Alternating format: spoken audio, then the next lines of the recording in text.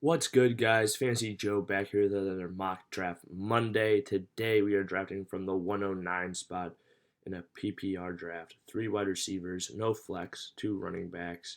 A little bit of a different league format today, and let's hop right into this mock draft to see who we get with the 109. If you guys are new to the channel, please hit that subscribe button. Helps out the channel a lot. Helps stick around, turn on those notifications. Hit the like button if you like the video. And as always, all questions or comments will be answered in the comment section down below.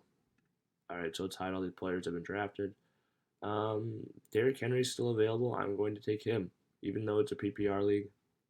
And Eckler is a stud. I think with the 108 or 109, excuse me, it's just too much value to get.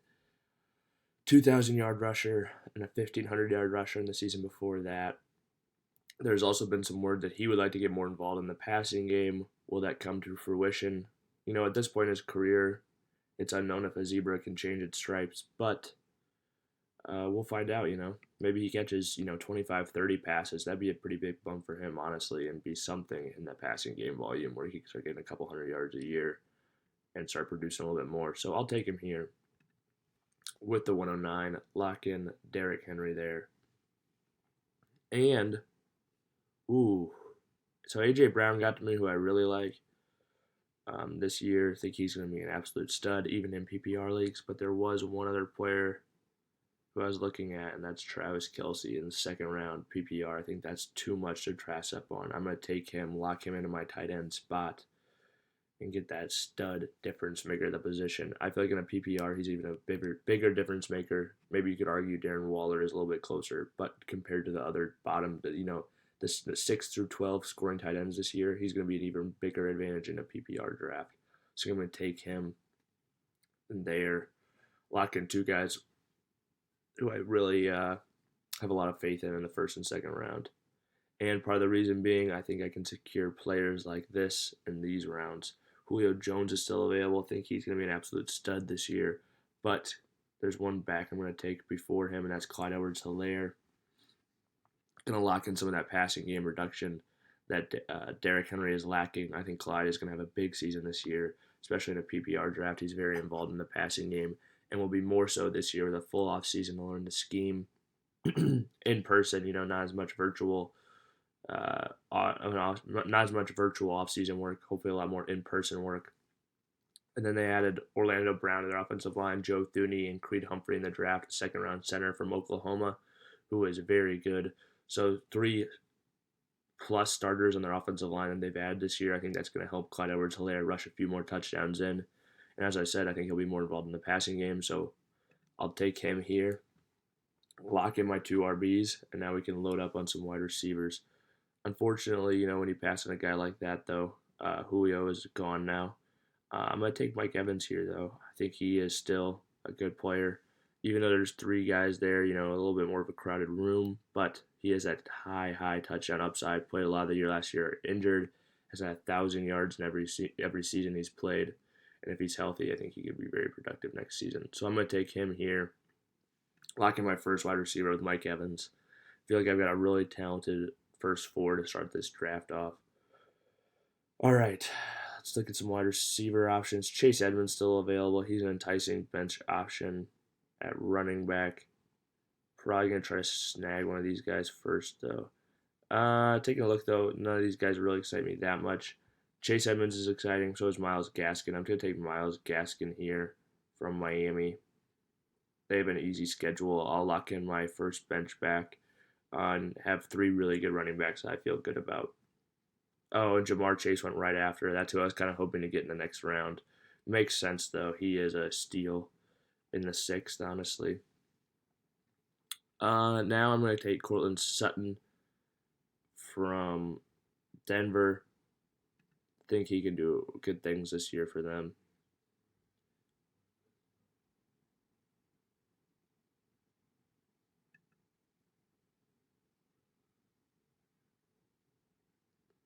So take Cortland Sutton there. Lock in our second receiver. Look for a third receiver a little later. Jarvis Landry is a solid option, especially in a PPR. I'm going to take Brandin Cooks, though, just because of the upside. Don't know who the quarterback's going to be, but He'll probably be the one in that team, so we'll take him there.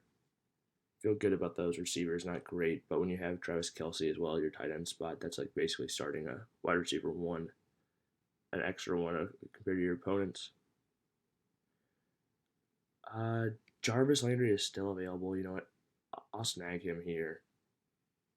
He gives me a lot of solid upside, or I can play him every week if I need to and feel good about it. Brandin Cooks here, one of these other guys struggles, or a bye week fill in, worst case scenario.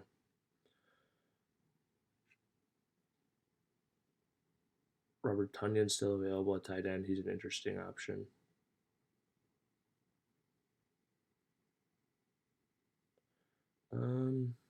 I'm gonna take Cole Beasley, lock in another stud receiver.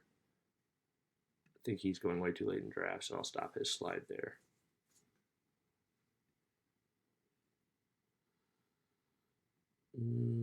I'll take AJ Dillon. I think he could have a solid role in Green Bay this year, even with Aaron Jones. I think there'll be several games that he gets to play and all by himself, basically.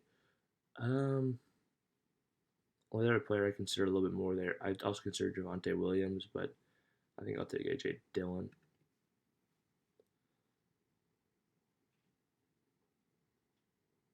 Michael Carter went shortly after. He's a steal. You know what? We're going to revert the pick and take. No, we're not going to do that. We're not going to play that game. How about reverting and taking Michael Carter, but a little too much. I'm going to take James White here. I think he could have a really good role in New England this year, especially I think Mac Jones is going to end up starting more games than people anticipate. I think he could get a lot of checkdowns and things like that in this offense, as he always does.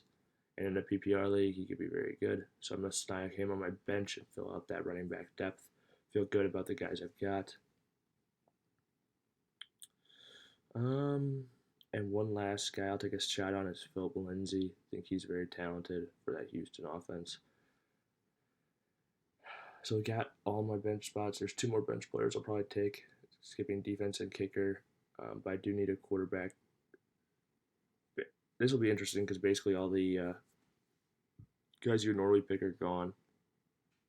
Kirk Cousins, Trevor Lawrence are still available. Interesting options. You know what? I think I'm going to take Jameis Winston, though. I think he has the most upside of any of these players. And I think that, if he's bad, I can just cut him week 1. So I'll take Jameis there. I'll take some quick picks here. I'll take Giovanni. No, not Giovanni Bernard.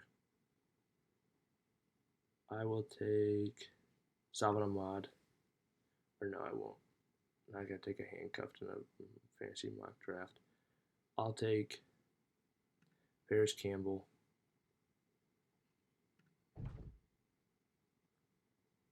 And we have one more pick to round out the draft. With that pick, I'll take, I'll take the shot at Henry Ruggs, having some kind of production there this year. We'll go over the team now. Okay, so Jameis at quarterback, Derrick Henry, Clyde Edwards-Helaire, Mike Evans, Cortland Sutton, Brandin Cooks, Travis Kelce. Then on the bench, we've got Myles, Gaskin, Jarvis Landry, Cole Beasley, AJ Dillon, James White, Phillip Lindsay, Parris Campbell, and Henry Ruggs the third. I'm a fan of this team. I feel like we get good running backs, solid receiving core, and Kelsey, along with some good depth. So I do like the team a lot. If you guys made this point in the video, please drop that like, subscribe. Questions or comments, I will always respond. Thank you guys so much for the support. See you guys.